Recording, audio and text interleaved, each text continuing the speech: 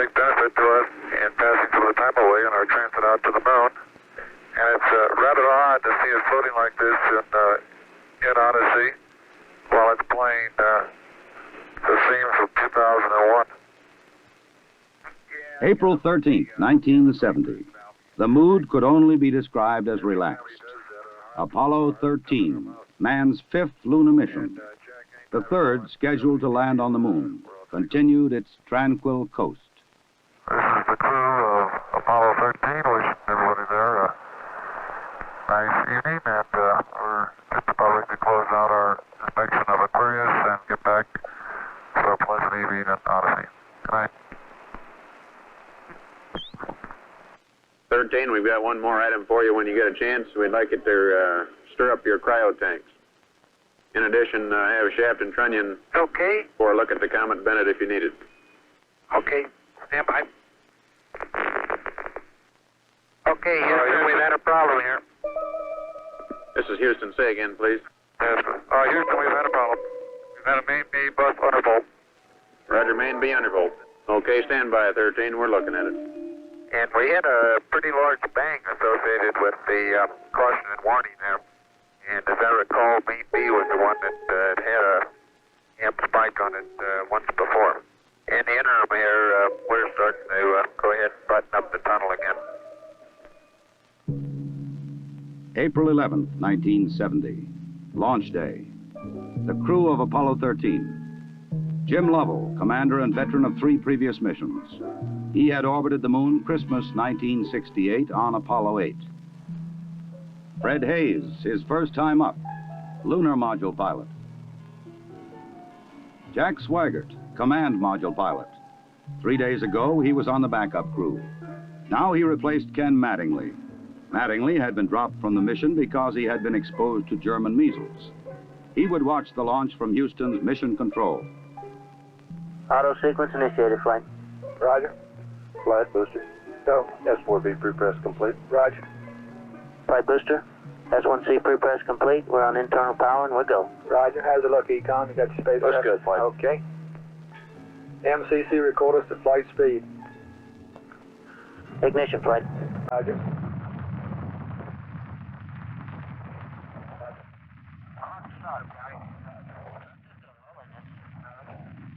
Okay,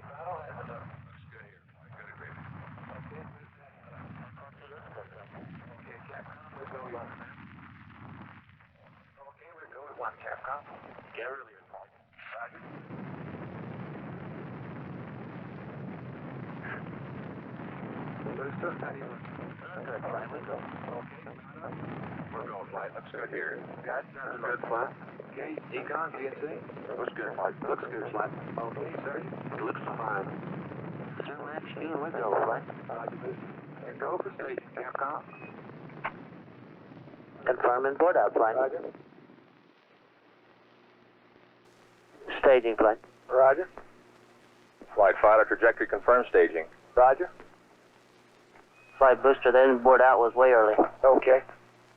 Flight confirmed. Number 5 engine down. Roger. Booster, you don't see any problem with that, though, do you? Negative, not right now, flight. All the other engines are go. The next step in the routine of lunar flight was to burn out of Earth orbit toward the moon, then pull free of the 3rd stage and dock with the lunar module Aquarius. At the controls of the command module Odyssey, Jack Swigert. We're hard docked, Houston. Roger, understand hard dock. Good deal. They pulled Aquarius away from the Saturn 3rd stage, the S4B. Okay, I can see the S4B now at the hatch windows. Odyssey and Aquarius moved away from Earth toward the moon.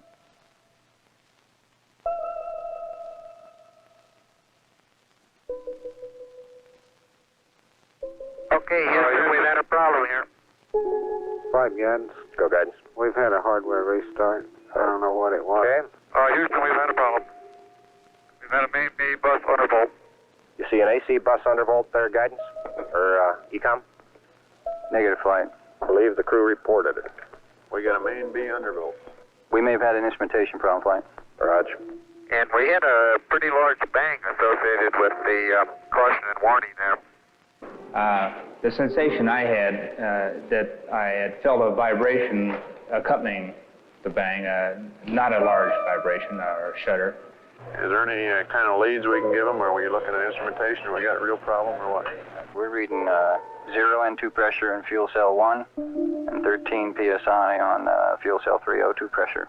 Okay, Barrett, what do you want to do? Open circuit fuel cell 1 and 3? That's firm flight. Shut down the reactance valve, and I asked for reconfirmation, since when you do that, it's sort of irreversible. If you shut one of these things down, they only can be restarted from ground support equipment. Yeah, that's because of AC. And it looks to me, looking out the hatch, that we are venting something. We are venting something out into space. Okay, let's everybody think of the kind of things we'd be venting. GNC, you got anything that looks abnormal in your system? Negative light. How about you, Ecom? You see anything that, with the instrumentation you got, that could be venting? That's firm flight. Let me look at the system flight as far as the venting is concerned. Okay, let's start scanning. Here is a bulletin from ABC News. The Apollo 13 spacecraft has had a serious power supply malfunction that could cause the lunar landing mission to be terminated early. I assume you've called in your backup ECOMs? Flight, say again? Have you called in your backup ECOMs now? See if we can get some more brain power in this We thing? got one here. Roger. At the moment, the astronauts are continuing to try to isolate their trouble. The late report says the spacecraft now is operating on battery power alone. All unnecessary equipment is being turned off. Okay, now let's everybody keep cool. We got the LEM still attached. The LEM spacecraft's good, so if we need to get back home, we got a LEM to do a good portion of it with.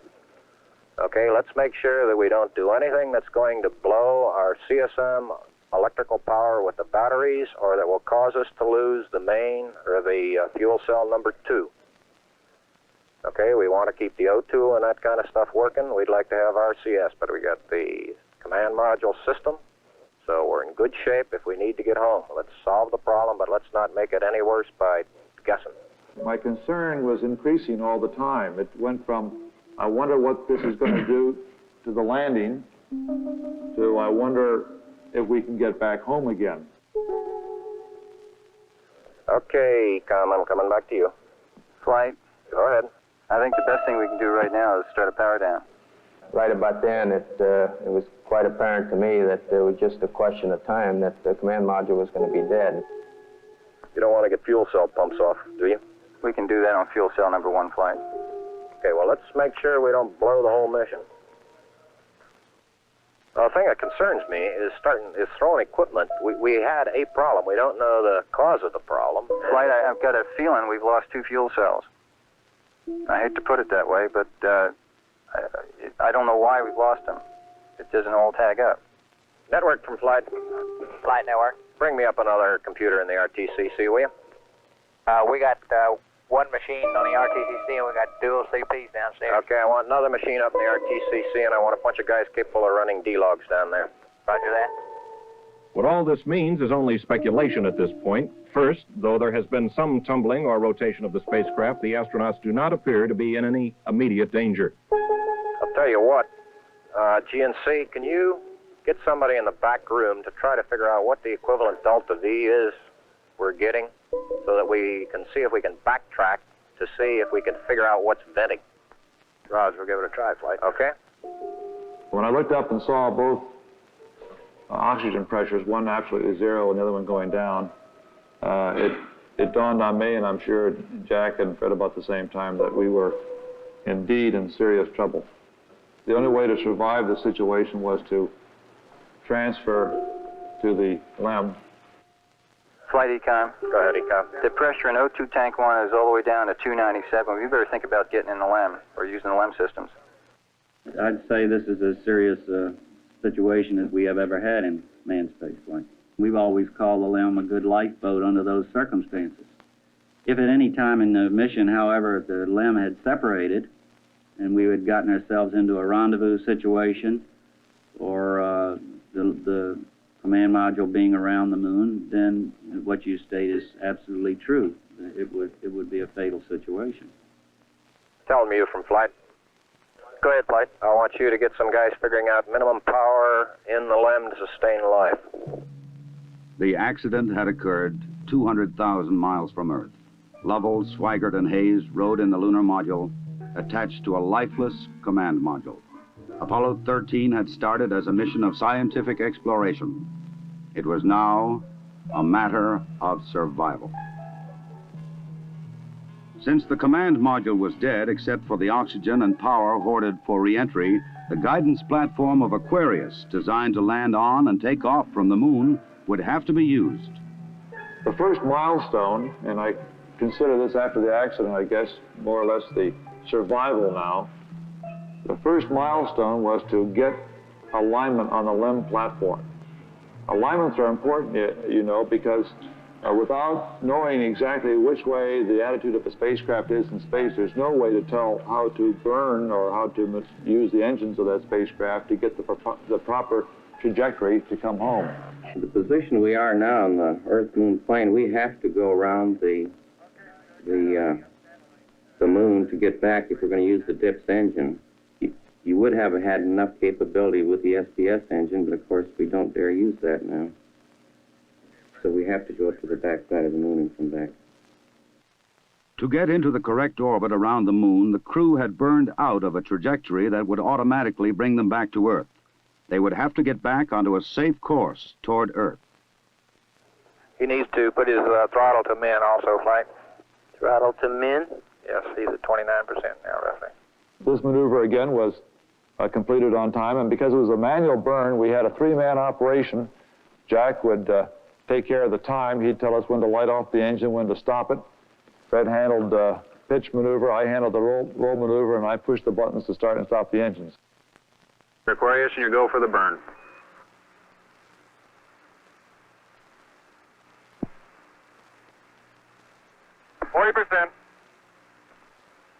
Okay, Aquarius, you're looking good. Auto shutdown.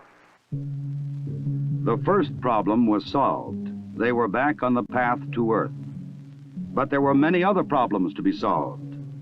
From a building at Houston's Manned Spacecraft Center, systems experts coordinated the coast-to-coast effort to get the crew back. One of the big problems was consumables. There would be enough to eat and drink. But in space, there are other factors. Oxygen to breathe, electrical power to keep the spacecraft alive, water to cool the equipment and keep it operating. What we'll be doing till we get them back on the water is concentrating on everything that is their lives are dependent upon at the moment, rather than worrying about the accident, because there's nothing we can do about that now. It appears at the present time that everything is under control and that we have a safe situation at the moment. Hey, I want to say you guys are doing real good work. So are you guys, Jack.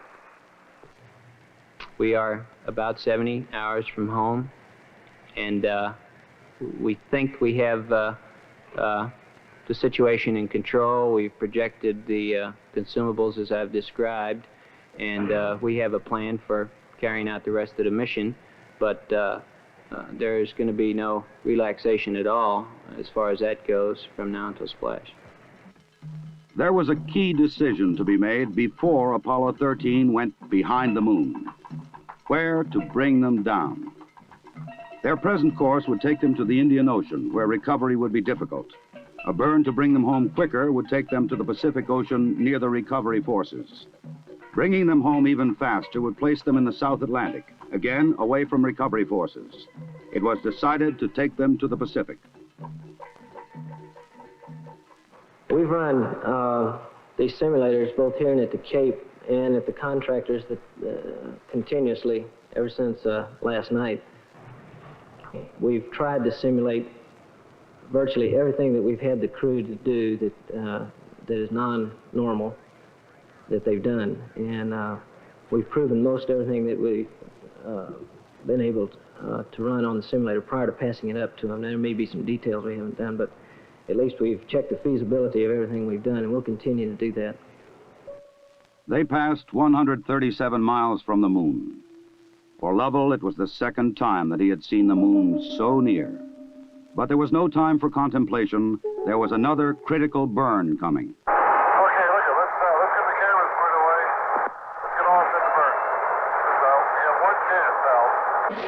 And in Houston, the newsmen poured in to tell an anxious world the story.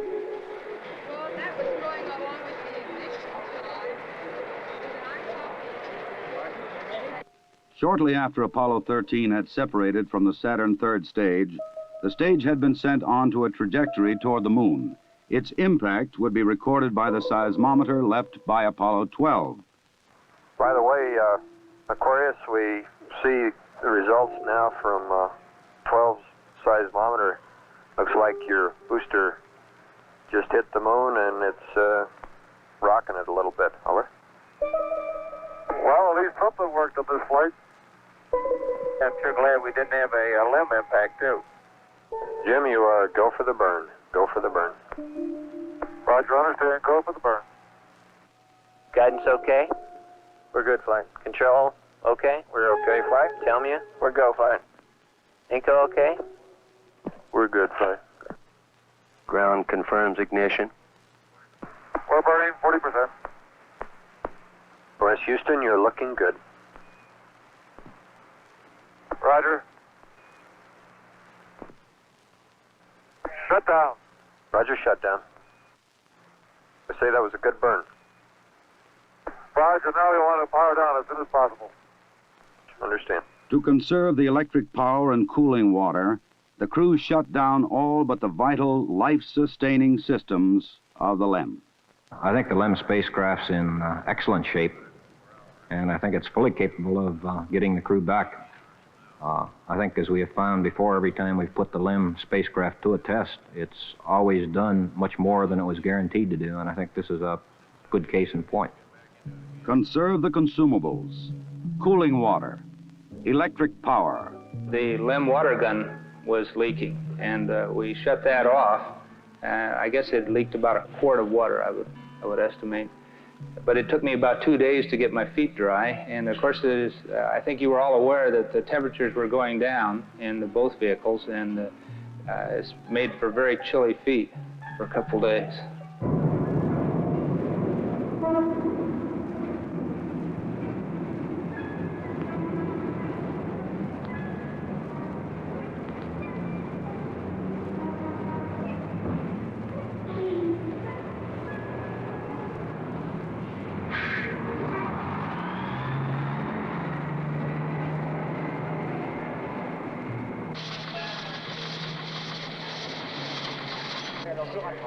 Ok, au revoir.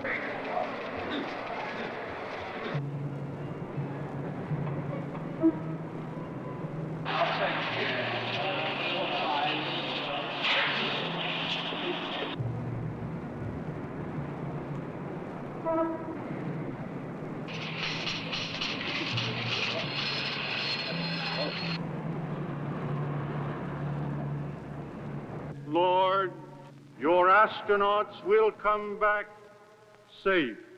If I may be serious for one moment and ask the entire audience for a moment of prayer for the crewmen of the Apollo 13. We'll hold silence for a moment, please.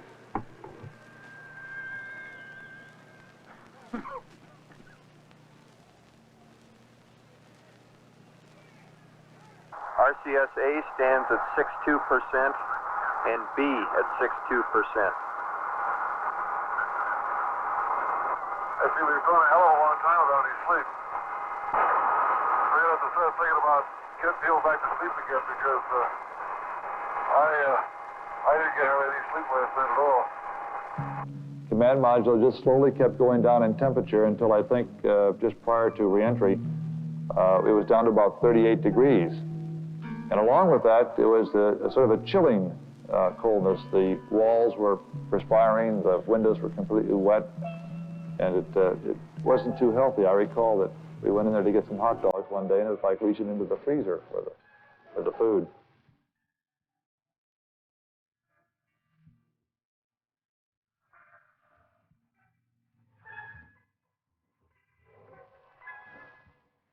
If you want my opinion of how they handled the situation when it happened, they handled it exactly like we'd expect them to. They were about as well on top of it as anybody could be, knowing what we knew, which isn't very much, I'll have to admit. but I think they did everything right within the knowledge that was available to us in a timely fashion, which is what all we expect of them. I think they did a beautiful job of it. We actually had a third little sleep restraint, which Fred then put on and buttoned up and kept a little bit warm. The astronauts faced another problem, their own exhaled breath. The lithium hydroxide chemical to take carbon dioxide out of the air was not sufficient in the lunar module. They would have to adapt the canisters from the command module to fit the hoses in the LEM. On the ground, an adapter was fashioned from materials the crew had available in the LEM. Cardboard from a checklist, plastic bags, and tape. After checkout in an environmental chamber, the directions for construction were sent up to Aquarius. At this point in time, I think the partial pressure of carbon dioxide was reading about 15 millimeters. And we constructed 2 of these things and put them online, and I think within an hour, the partial pressure of CO2 was down to 0.2. So you see that survival now became one of initiative and ingenuity, and it was one which the ground continually helped us along. We had all kinds of people on the ground trying to think up ways of extending our lifetime. There would be still another burn, a mid-course correction to get Apollo 13 into the narrow corridor through the atmosphere for a safe return to Earth. We're at burn attitude, flight. Knowledge. Ignition. Thrust looks good. Shut down. Hang in there, it won't be long. There were moments when I didn't know how much consumables we had, whether we could make it back or not, but in a situation like that, there's only one thing you can do. You just keep going, and you just keep thinking up where you can get more consumables. And so that's exactly what we did. On April 17th, they prepared for re-entry. After a small course correction burn, they jettisoned the damaged service module. SF. Copy that. And there's one whole side of that spacecraft missing. Is that right? The whole panel is blown out, almost from the base to the engine. Really a mess. Man, that's unbelievable. Next, they got back into Odyssey to jettison Aquarius prior to entry into the atmosphere. Let's jettison. Okay, copy that. Farewell, Aquarius, and we thank you. Okay, LOS in a minute or a minute and a half. At entry attitude, we'd like Omni Charlie. And welcome home. Thank you.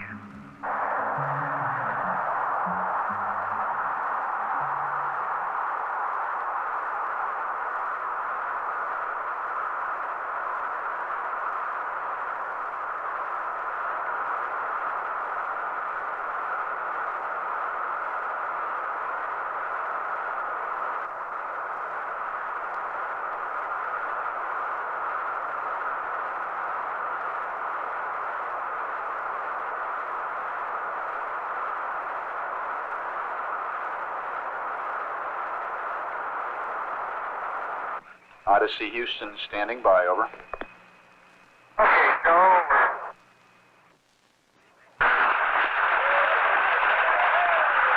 Odyssey Houston, we show you on the mains. It really looks great.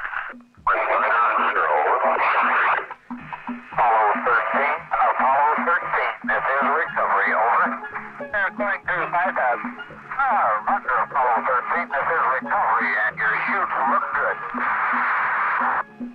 Apollo 13, this is recovery. We observed your RCS burn, over. This is recovery. Apollo 13 is descending. Apollo 6, this is recovery, over. Well, the one spliced in at this time, the 3 chutes are displaced in the water. 0 degrees, Baghdadi 3 1/2 miles, 0 Lima. 0, Roger. This 401, the command module is stable 1 at this time. They're riding comfortably. The vertical axis are approximately 15 degrees. Swim 1, you're cleared Swim water, Roger. Okay, swim to your wind line 270.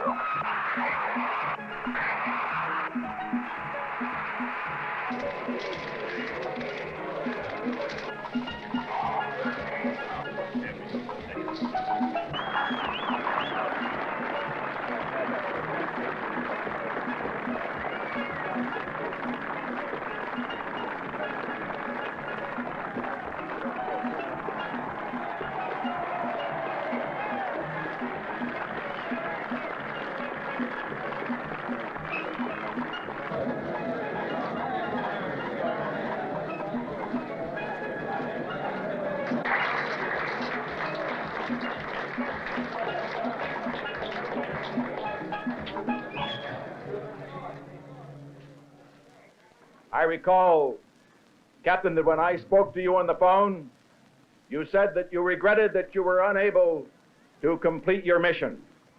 I hereby declare that this was a successful mission. From the start, the exploration of space has been hazardous adventure. The voyage of Apollo 13 dramatized its risks. The men of Apollo 13, by their poise and skill under the most intense kind of pressure, epitomized the character that accepts danger and surmounts it. Theirs is the spirit that built America. Your mission served your country. It served to remind us all of our proud heritage of a nation, to remind us that in this age of technicians and scientific marvels, that the individual still counts, that in a crisis, the character of a man or of men will make the difference. GNC. Go. Surgeon. Go. Procedures. Go. AFD. Go. Network. Go. Computer soup. Go. Raj, network, give me an amber. RTC on AFD conference. RTC on AFD conference. Okay, all flight controllers, let's play it cool.